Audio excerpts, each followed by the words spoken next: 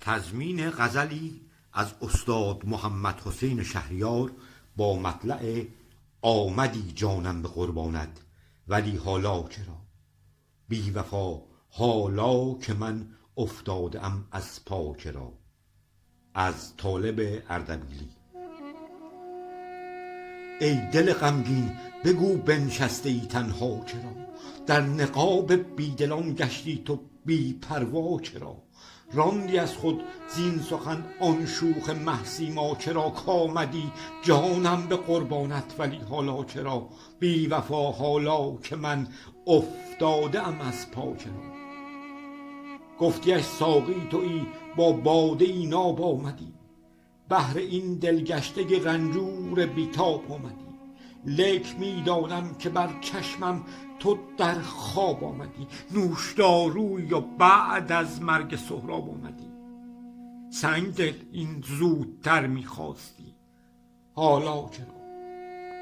جز به این بشکسته دل جای دگر جای تو نیست، ظالم عاشق کشی جز این چو معنای تو نیست. خوب میدانم که شعر مهر آوای تو نیست، عمر ما را مهلت امروز و فردای تو نیست.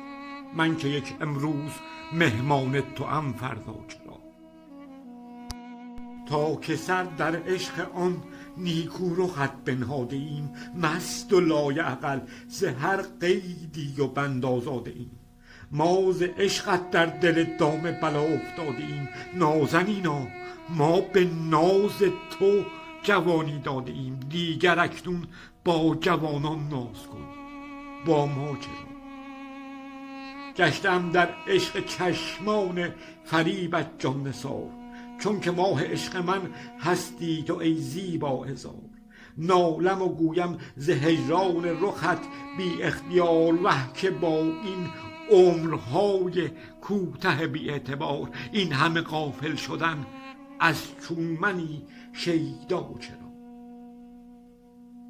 چون که عهد مهر جانان و دلم پاینده بود، از دل محزون رقیبم زین نمط شرمنده بود.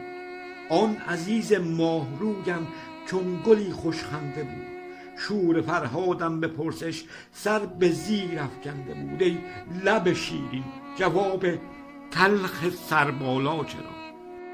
چون دل از خود جز به مهر و عشق آن محبوب رفت، از دو عالم گوش جانش شعر درد و غم شنفت. جان غمگینم ز درد هجر با صد ناله گفت، ای شب هجران که یکدم در تو چشم من نخفت. اینقدر با بخت خواب آلود من لا چرا؟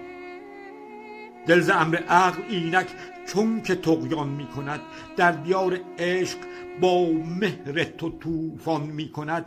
عشق عاشق را به خون دل چو غلطان می کند، آسمان چون جمع مشتاقان پریشان می کند. در شگفتم من نمی پاشد ز هم دنیا چرا؟ بشنو رمز عشق ای دل داده و جان غمین، آمده از پیر مرشد نامه صبرین چنین. پس بیا زین لطف آن مطلوب جان برگی بچین، در خزان هجر گل ای بلبل طبع حزین. خاموشی شرط وفاداری بود غوغا چرا؟ در دلت افتاده از عشق مه زیبا و شرر، میخری بر جان بلا و میکنی تن در خطر. سینه عشقت نمایی بهر تیر غم سپر، شهریارا بی حبیب خود نمی کردی سفر. این سفر راه قیامت میروی تنها چرا؟